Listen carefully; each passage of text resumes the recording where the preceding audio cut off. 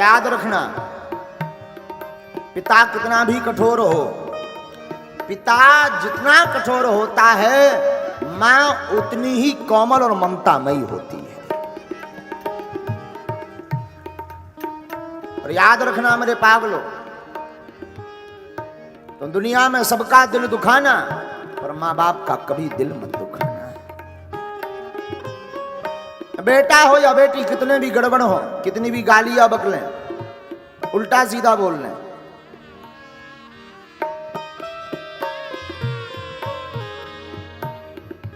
मां को भी बकलें, माता कुछ देर के लिए जरूर मुंह नहीं बोलेगी, रात में अंत में भोजन लेकर के आ ही जाएगी, ले बेटा खा। इसलिए मां को ममता की मूर्ति कहा।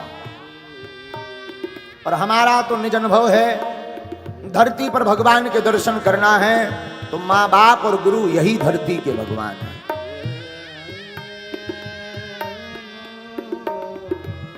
मां से बड़ा ममतावान कोई नहीं होता।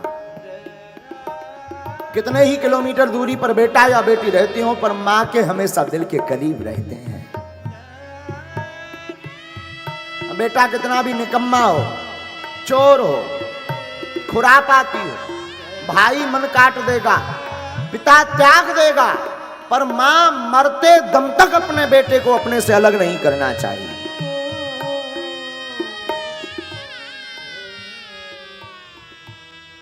बुरा ना मानो मेरे पागलों, ये बात नोट कर लेना। जीवन में माता और पिता, माता पिता में जो मां है ना, मां कोई स्त्री नहीं है, मां कोई संबंध नहीं है, मां एक ममता की मूर्ति है।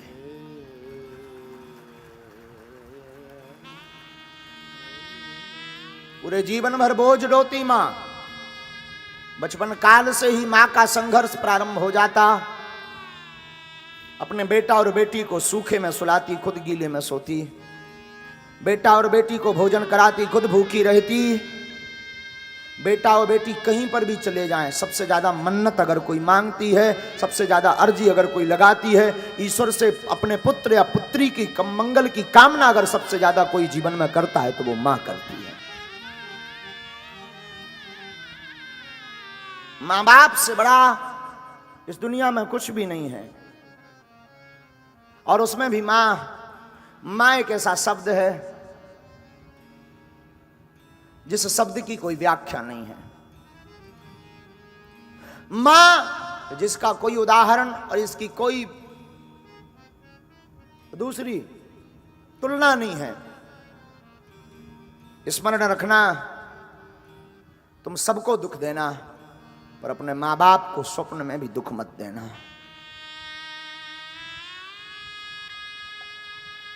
मां, सती की मां से आप चरित्र से ध्यान रखना। सती की मां जानती है कि मेरे पति बहुत खतरनाक हैं। सती की मां को पता है, इन्होंने आज्ञा दी कि शिव संबंधी कोई भी आए उनसे कोई नाता नहीं रखना है। पर सती की मां ने अपने प्राणों की बाजू लगा दी कि मैं भले ही मैं मर जाऊं, मेरी गर्दन काट दें, पर मेरी बेटी से कोई नहीं बोल रहा, मैं तो गले मिलकर के ही रहूंगी। यही तो मां की ममता होती है, यही तो मां की मूर्ति होती है। मां ममतावान होती है, मां करुणावान होती है। मां एक ऐसा शब्द है जिस शब्द में अथाह प्रेम भरा है, लबालब। मां एक ऐसी उद्घोषणा है जिसको बोलने के बाद संतुष्टि मिल जाती है। और सच कह दें, बेटा हो या बेटी, वास्तविक जीवन में अगर घर से जुड़ा रहता है तो कितनी भी विपरीत परिस्थिति आ जाए, उस परिस्थिति से अगर डांडस बधाने का काम कोई करता है तो जीवन में मां करती है। भयंकर दुख आ जाए, मां बोल देती है तू चिंता मत करिए, तो होता रहता है। मुझे एक वाकया स्मरण आ रहा। एक क्रिमिनल को फांसी की सजा मिली। वो घर पर मां बाप से मिलने आया, पुलिस वाले उसे लेकर आए। उसने मां को प्रणाम किया, मां रो पड़ी कि तुझे तो फांसी है। वो उससे ज्यादा पहले ही रो पड़ा, मां मुझे फांसी की सजा मिली है। मां ने सोचा अगर मैं भी रोऊं, ये भी रोए, मामला बिगड़ जाएगा, बहुत देर तक टिक नहीं पाएगा। मां ने उसका सिर पकड़ा, सिर पर हाथ फिराते हुए अपनी गोद में सिर रखा।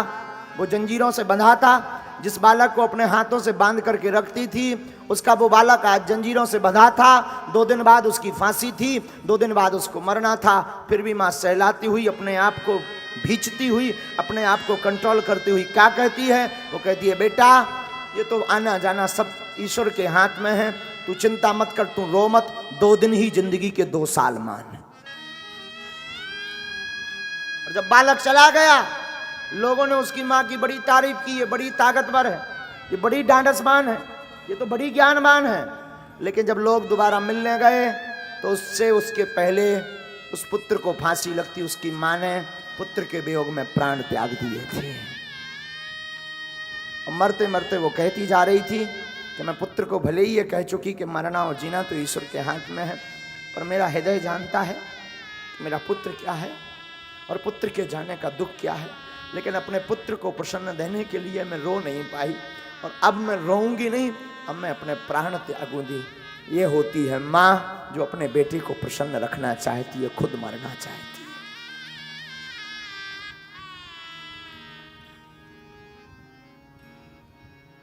है। माँ एक ऐसी मूर्ति है, वो अपने रक्षाबंधन को भूल जाती, वो अपने घर को भूल जाती, भाई की सुनी कलाई रक्षाबंधन पर पड़ी रहती, पर माँ अपने पुत्र के प्रसन्नता के लिए रक्षाबंधन के त्योहार पर जाना बंद कर देती, ताकि मेरे पति और मेरे पुत्र प्रसन्न रहें। उसे भी बहुत याद आती, उसे भी लगता मैं जाऊं, मेरे भाई की सुनी कलाई होगी, मैं कलाई पर राखी बांधूं, आज मेरा भाई अकेला महसूस कर रहा होगा, मैं जाकर के उसको खुशियां दूं, सबकी बहनें आई होंगी, मेरी सहेलियां आई होंगी।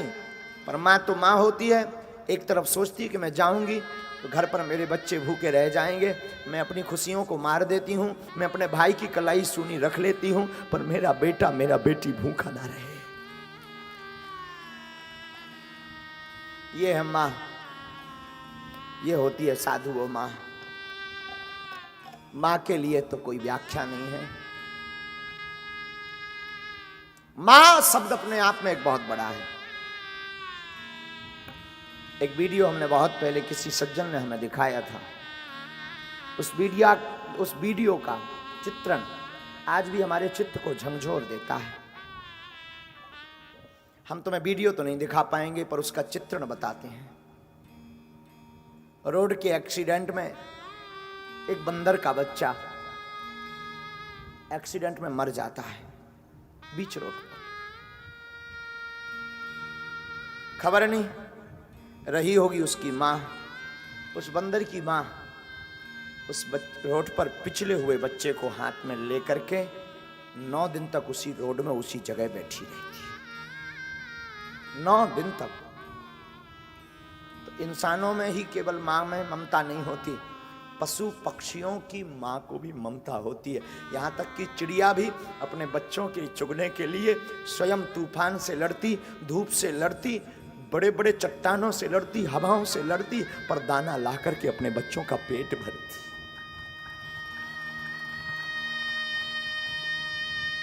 इसी का नाम है माँ, इसी का नाम है माँ। मैं निवेदन करूंगा मेरे भाई बहन, मेरे पागलों, तुम जीवन में सबको दुखी करना, माँ बाप को दुखी मत करना। तुम सबके ऊपर चिल्ला पड़ना, औरों पर चिल्लाओगे कोई नहीं सुनेगा। एक तुम्हारी माँ होती है जो तुम्हारा चिल्लाना भी सह लेती, कुछ नहीं बोलती, मौन हो जाती। औरों को तुम गाली देते हो, वो चांटा मारते हैं, पर एक तुम्हारी माँ होती है जो तुम्हारी गाली भी सह लेती, तुम्हारे नखरे भी सह लेती है। तुम एक कपड़े उठाते हो 10 बिखेर देते हो, माँ कुछ नहीं बोलती, चुपचाप उसको ठीक कर देती है। कभी पत्नी के साथ जीवन में ऐसा करना, तब खबर लगेगी। वो 4 सुनाएगी तब एक काम करेगी। माँ के साथ जीवन में देखना, माँ इतनी ममतावान होती है, तुम 10 बार कुछ भी गंदगी कर लो, 10 बार साफ कर देती।